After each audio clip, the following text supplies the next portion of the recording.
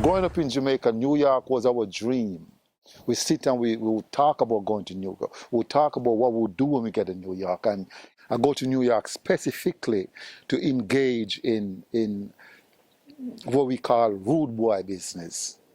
Somebody getting shot or stabbed or, somebody using drugs and addicted to drugs, we were desensitized to that. We never recognized that. The only pain we know is the pain of not having. I've seen moms wake up 5 o'clock, walk to work, living in a little 1.5 room, 4, 5, 6 people in there. Don't have food proper to eat, don't have shoes. Right running up before I was arrested, there was a lot of things that started happening. And I will never forget going to a Marriott Courtyard hotel with a Nike bag, one of them duffel bag, a Nike bag full of money, and going there and give that bag of money to the contact. And then weeks later, when we lost everything, the only thing I could remember is that bag of money. That was my money that I just give up to somebody to get more drugs, and I never see that money again. The drugs got busted, and now I'm back to square one. It was in March, to the 26th of March, 1993. It was one of them nights where the fog was low, it was wet, it was damp. Maryland is a damp, wet, foggy place.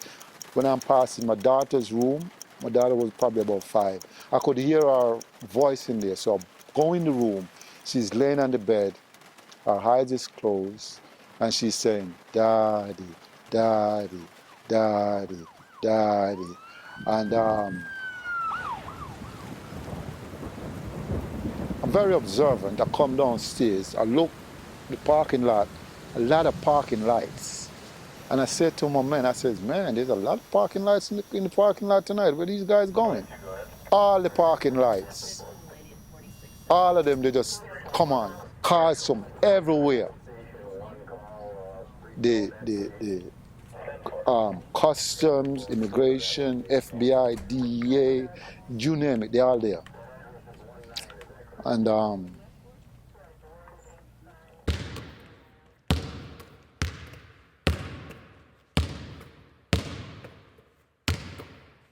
when I went to solitary confinement, I began to learn to read and write.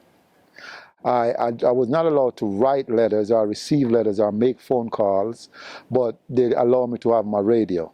I listened to a lot of political commentary, a lot of news, and I get familiar with the words that they were using. And then my fiance sent me a Oxford dictionary, a Webster dictionary, and a thesaurus, and I began to learn the words. Early on in 1996, my mom had came to visit me. And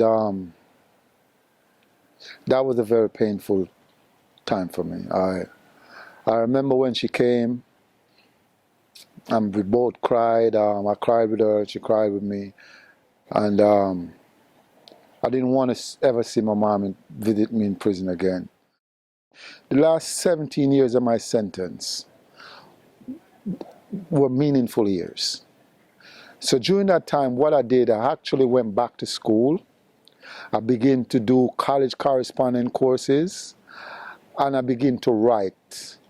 And I began to write, and I wrote The Jamaican Gangs of New York, Part 1, 2, and 3.